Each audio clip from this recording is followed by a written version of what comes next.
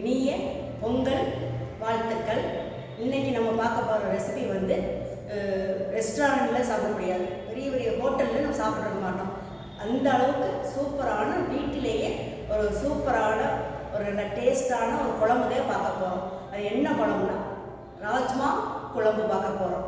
இது வந்து இட்லி, தோசை, சப்பாத்தி, நான், பரோட்டா, அதுக்கும் மேலே வெரைட்டி ரைஸ்க்கு அட்டகாசமாக இருக்கும். வாங்க வீடியோக்கள் போய் எப்படி செய்யலான்னு பார்க்கலாம். டபுள் பீன்ஸுன்னு சொல்லுவாங்க, ராஜ்மான்னு சொல்லுவாங்க. இதை வந்து ஒரு ஓவர் நைட் ஃபுல்லாக நல்லா ஊற வச்சு எடுத்து ஒரு விசில் இந்த மாதிரி விட்டு எடுத்து வச்சுக்கணும். அடுப்பில் ஒரு பாத்திரம் வச்சுருக்கேன். 2 டீஸ்பூன் ஆயில் விட்டுக்கலாம், 1 டீஸ்பூன் நெய் விட்டுக்கலாம். நல்லா டேஸ்ட் நல்லாயிருக்கும்.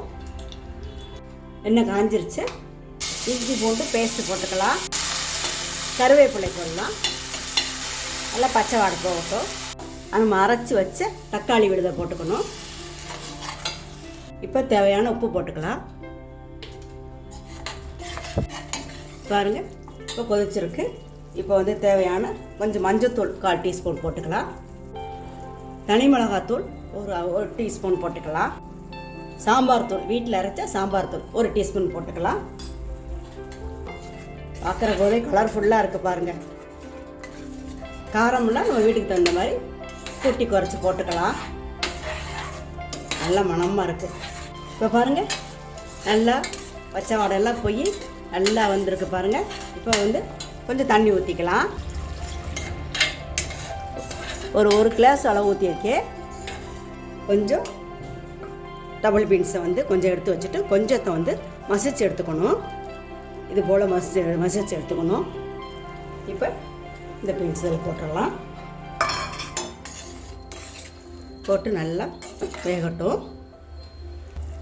மசிச்சு வச்ச இந்த டபுள் பீன்ஸ் அதில் போட்டு கிளறணும். மிக்ஸ் பண்ணி விடலாம்.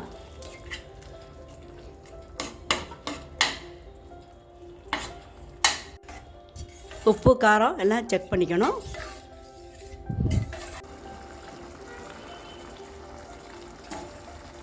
பாருங்கள், ராஜ்மா குழம்பு ரெடி ஆயிடுச்சு.